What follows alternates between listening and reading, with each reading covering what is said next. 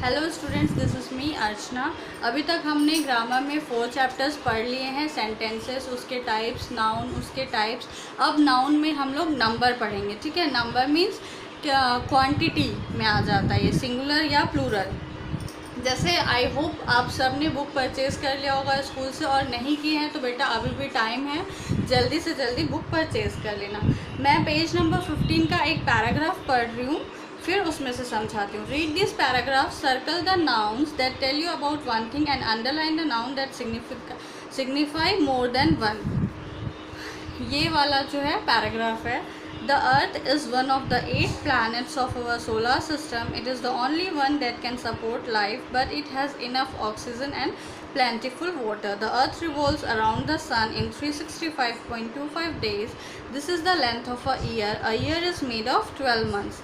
अब यहाँ पे हम लोगों ने क्या किया है, जो प्लूरल फॉर्म में था जिसमें एस या ई एस लगा है उसको हमने सर्कल किया है, और जो सिंगल है, सॉरी,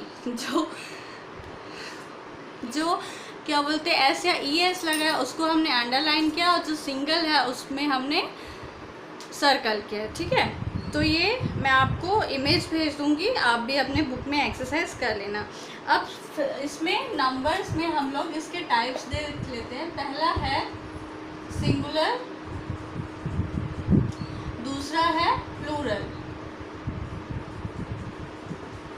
ठीक है, सिंगुलर और प्लूरल में क्या डिफरेंस रहता है? सिंगुलर मीन्स वन, ठीक, और plural means more than one.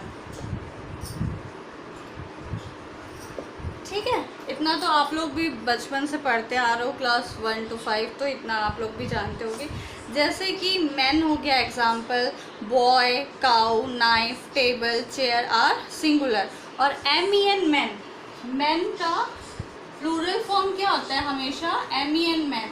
Women का प्लूरल फॉर्म क्या होता है? WOMEN women. ठीक है, boy, cow, knifes, tables, chairs are the plural form. अब इसमें रूल्स भी रहते हैं कि हम लोगों को कहाँ एस लगाना है, कहाँ ES लगाना है, कहाँ IES लगाना है।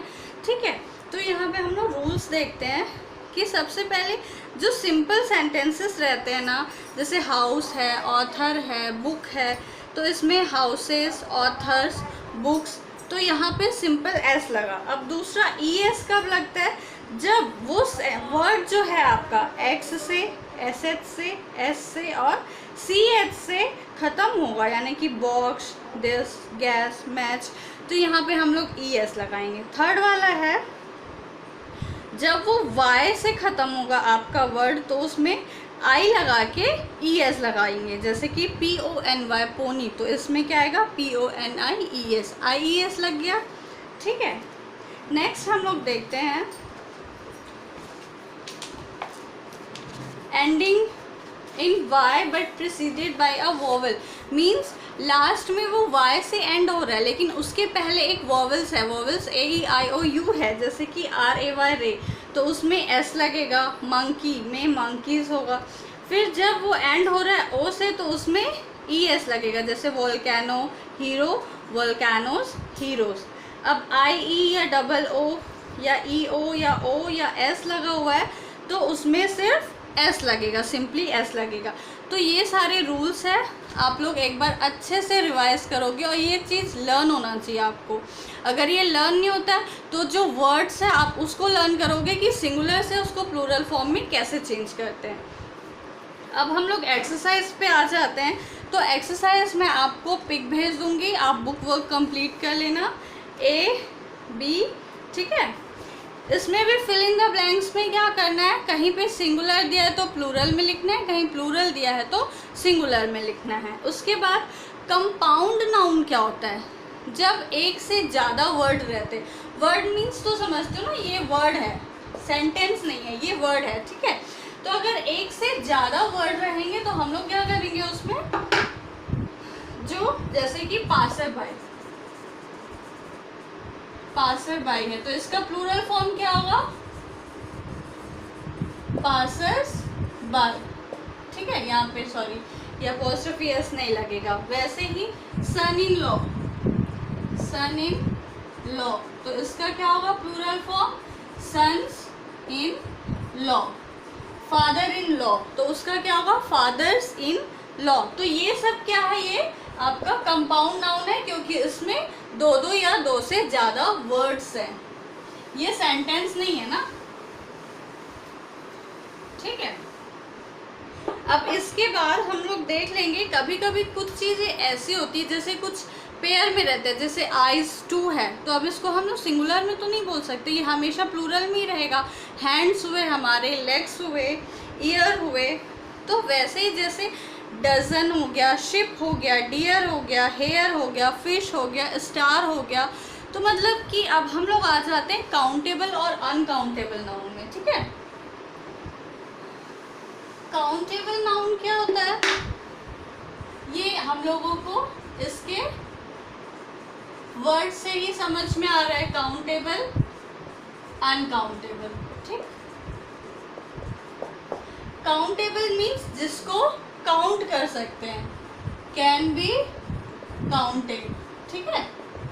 अब next uncountable means can not be counted,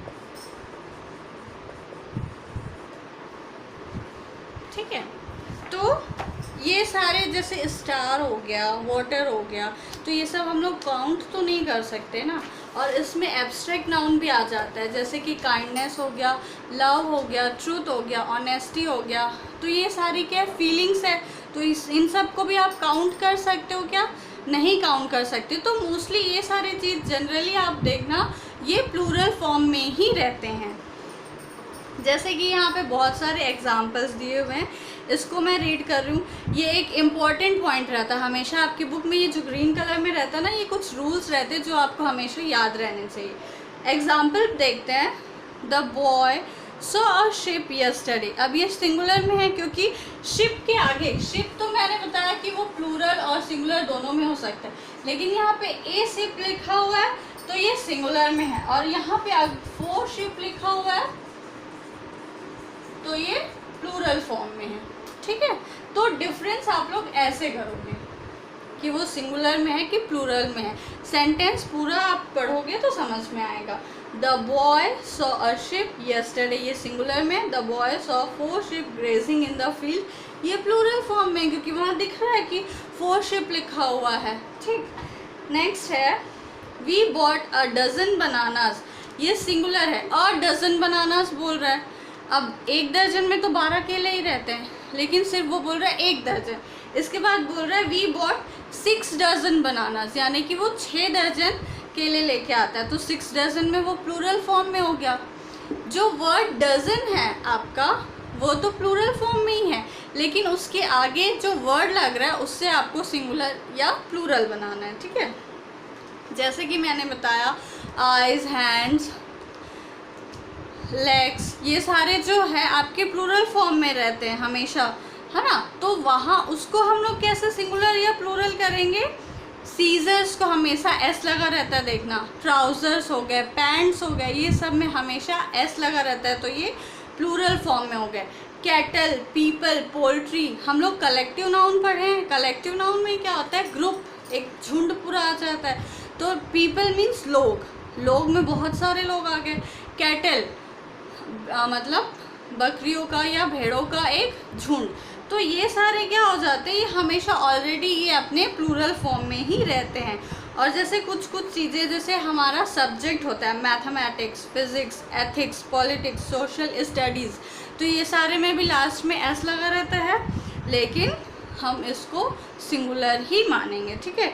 फिर मैंने बताया आपको एब्स्ट्रैक्ट नाउन, तो ये किस में आ जाता है, अनकाउंटेबल में। हम लोग काउंट नहीं कर सकते फीलिंग्स को, स्टार्स को, फिश को, वाटर को, हेयर को।